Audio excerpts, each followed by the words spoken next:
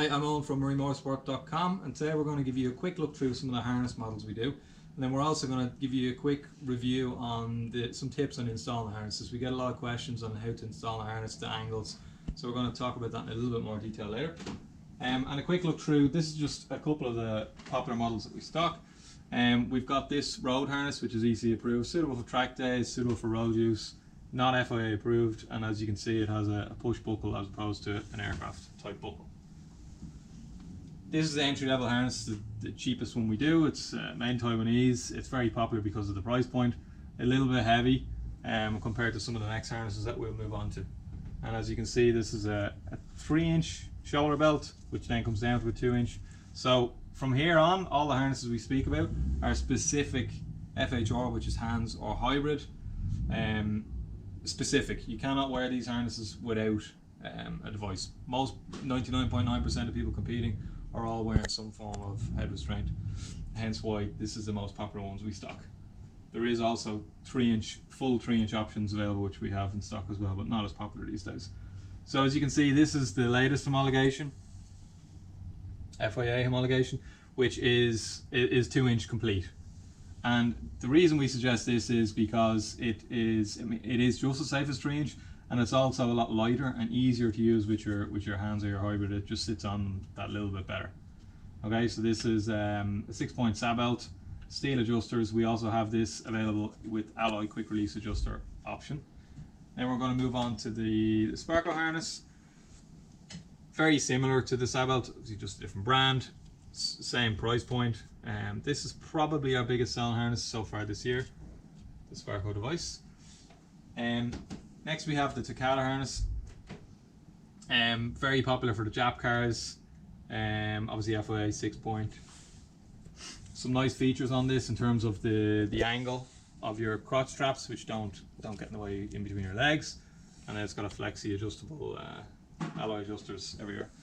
These two harnesses on the end then are formula harnesses, and as you can see, the formula harnesses have a different type of crotch strap because you're sitting in a much more reclined seat position. These crotch straps come up through your legs, go through the loop in the lap strap and around the thongs on the shoulder straps. So we've two different brands that we stock, the sab belt and the Schrott. So this is the sab belt with the steel adjusters. This would be entry level single seater, and then this would be a high end formula, which has alloy adjusters as well. So we're just going to highlight the Schrott Profi 6-point belt. This is the Profi 2x2, which is 2-inch all over. This is our preferred belt that myself and Niall race with in our cars. One of the advantages, it's a very lightweight harness, very easy to adjust everywhere, and also alloy adjuster here on the lap, so it's really easy to work with. Very comfortable harness.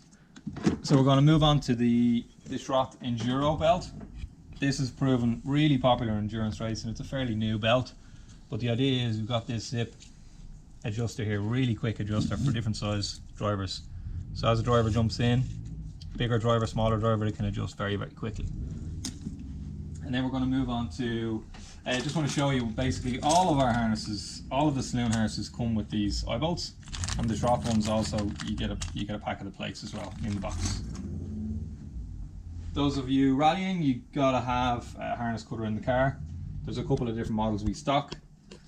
We've got one with a light built into the back of it, and then we've got a couple of different OMP options.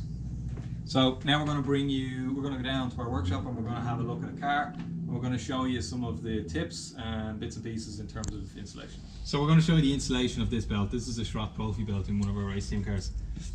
As you can see, the lap straps here, we're keeping this nice and tight to the seat each side, and we want to have an angle that it's going to pull the driver's pelvis back into the seat. On this side we were able to reuse the original 7/16 UNF insert here and screwed our eye bolt straight in. On this side we drilled a hole in the tunnel and we have a plate on the far side here. Okay, crotch strap, you want to have this mounting point slightly behind where the hole is in the seat, slightly back. And we've got these mounted on the eye bolts on a plate underneath the seat. Really important to have, obviously important to have your lap straps right, but really important to have your crotch strap the right length. Because if this is too loose, the whole belt's not going to work properly. Okay. Shoulder strap, when this is the biggest mistake a lot of people make in the installation. When the shoulder strap is sitting on the hands device on this driver, we've got roughly a 10 to 15 degree angle back to our mounting point. FIA angle for the harnesses is 0, so horizontal, to 45 degrees, but Schroth recommend an angle of 0 to 20 because it's more effective. As you can see, the original mounting points are down here for the harnesses. We haven't used them, we've blanked them off, and we've gone with the angle, which is about 15 degrees within Schroth's 0 to 20 recommendation. If we had have gone to these original mounting points down to the floor, the angle will be too great, and if you've got quite a steep angle on these harnesses, in an incident it can compress your spine and cause some serious damage. So the idea of these harnesses is to hold you back in the seat and not to pull your back down. That's really important. We've also, as you can see, we've crossed these harnesses, and that just helps to keep the harnesses sitting on the hands device a little bit better and they don't slide off as much. If our mounting point was much closer to the seat, so if we were wrapped around the bar, say at the B pillar, we wouldn't have the distance to cross the harnesses, so in that case you wouldn't. It's only when the mounting point's very far back, it's always recommended to cross them. So everything you see here in this video we have for sale on motorsport.com. We're on hand to help. Any questions on harness installation, drop a comment below or give us a call. Our sales team are on hand to answer any questions.